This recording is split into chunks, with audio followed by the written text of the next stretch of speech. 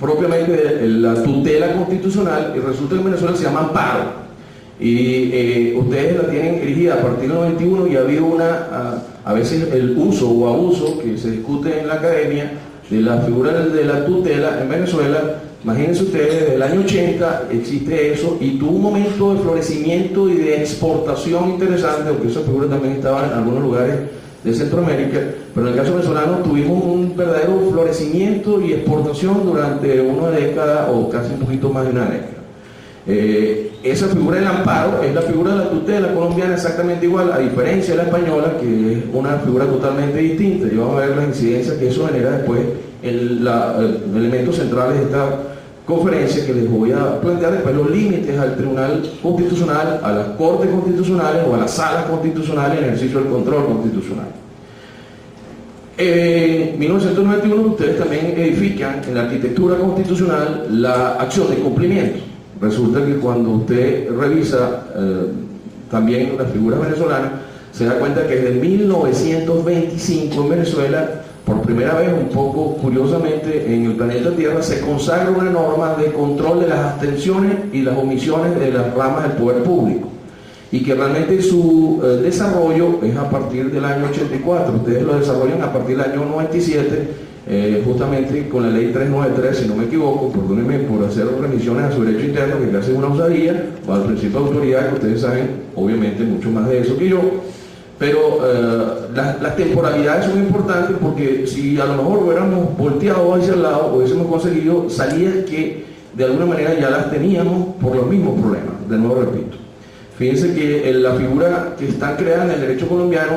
yo tengo un profundo respeto por la institucionalidad y profundo respeto por la juridicidad colombiana, porque de alguna manera ustedes han tenido esos mecanismos procesales y lo han ido depurando hasta, en algunos supuestos, hacerlo mucho más eficiente y mucho más operativos de lo que realmente en otras latitudes pudieran ser. Ustedes hablan de sede gubernativa, nosotros hablamos de sede administrativa. Ustedes, por ejemplo, plantean los recursos de revisión de los actos en sede administrativa y hablan de recursos de reposición, nosotros hablamos de recursos de reconsideración. Ustedes hablan de la alzada, nosotros hablamos del jerárquico. Es exactamente el mismo derecho, pero nos lo complicamos poniéndole las palabras más distantes que podamos. Es decir, para que pareciera que es absolutamente distinto, le cambiamos los nombres a todos. Con esta advertencia previa, entonces aterrizaremos un poco dolorosamente en darnos cuenta que realmente somos lo mismo. Curiosamente, algunos que hemos tenido este ejercicio de intercambio académico nos damos cuenta que las mismas realidades sociológicas que ustedes tienen, los pastusos, los costeños, los llaneros, los santanderianos, todo eso usted revisa en Venezuela con otros nombres, tiene exactamente la misma topografía, la misma idiosincrasia, los mismos elementos. Somos exactamente lo mismo. Fíjense que en el caso venezolano, y a partir de ahora voy a hacer en una parte revisiones al derecho constitucional venezolano, y con la advertencia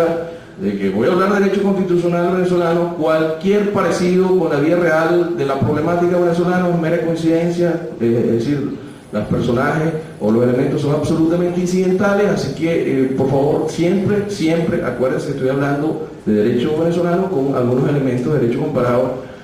para obviamente respetar los elementos internos como foráneo que soy. En el caso de las potestades normativas, es decir, las fórmulas para poder generar normas en el caso venezolano, ustedes denotarán un aspecto casi que es una sinonimia con el derecho constitucional colombiano, porque tenemos una potestad normativa fundamental por la cual se puede generar esa norma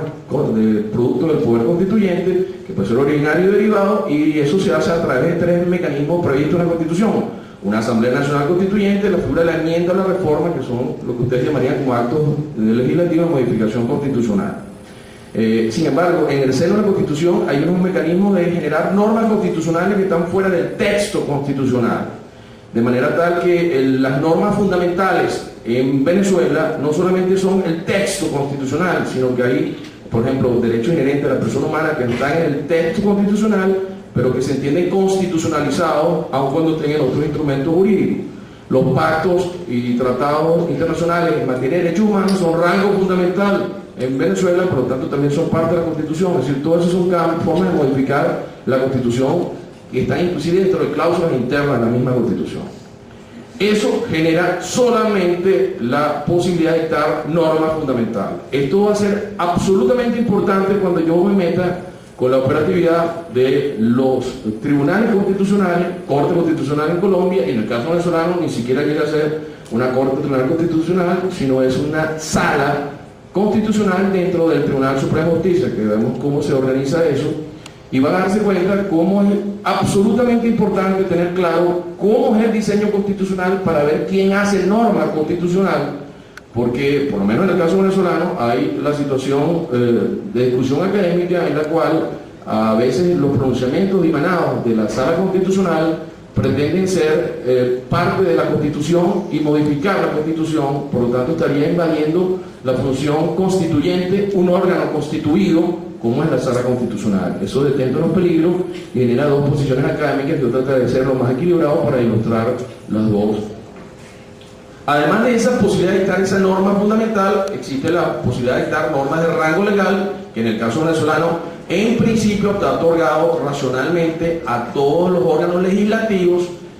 Obviamente la Asamblea Nacional, que suplantó al antiguo Congreso, que es la normación federal. Venezuela es federal mientras ustedes son unitarios, y eso genera también que los estados, que sería la figura equidistante, que son los departamentos de ustedes,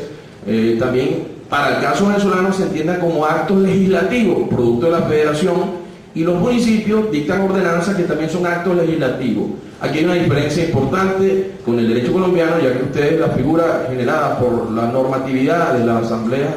producto de los departamentales, y los municipios ustedes lo entienden como actos administrativos y lo controla el Consejo de Estado. En el caso venezolano eso se entiende como actos directamente ejercidos en base a la Constitución y de rango legal, lo cual implica que esos actos legislativos los controlaría su posible distorsión de la Constitución, su inconstitucionalidad de la Sala Constitucional del Tribunal Supremo de Justicia. Por último, dentro de esta potestad primaria también existe una situación dentro del presidencialismo marcado venezolano, que es un poco curioso en América Latina, pero sobre todo en Venezuela tenemos casi un ultrapresidencialismo, normativamente hablando, en la Constitución. Y hay una figura que también la tienen ustedes, que es la posibilidad de, ante situaciones de crisis, abrir dos plataformas y poder dictar decretos con rango y fuerza de ley.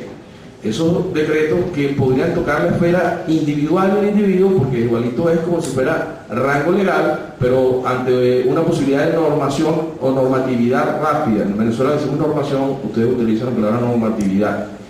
Fíjense que a través de una ley habilitante o a través de la aclaratoria y un estado de excepción se pueden dictar reglas jurídicas el presidente y el Consejo de Ministros, aun cuando ese no es un órgano representativo de toda la población, puede dictar esos instrumentos normativos que pueden invadir y restringir en las esferas particulares, generar procedimientos y establecer también restricciones. Fíjense que esto es bien importante porque es una figura de lo que en el fondo somos sociológicamente. Yo tengo una teoría que varias veces he hablado eso en algunos lugares con algunos profesores, que yo creo que en Latinoamérica tenemos una ausencia de padre en los senos familiares. Entonces sí, eso nos hace que de alguna manera psicológicamente, sin verificarlo, sin darnos cuenta, siempre estemos buscando el hombre fuerte. Y por eso es que el hombre fuerte es siempre el caudillo gobernante. Y por eso mientras de alguna manera transferimos a través de las normas más poder a una figura como es la figura presidencial.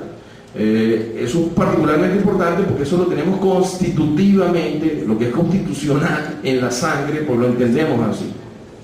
Por último, en Venezuela existe la normación de segundo grado o normatividad de segundo grado, como dirían aquí,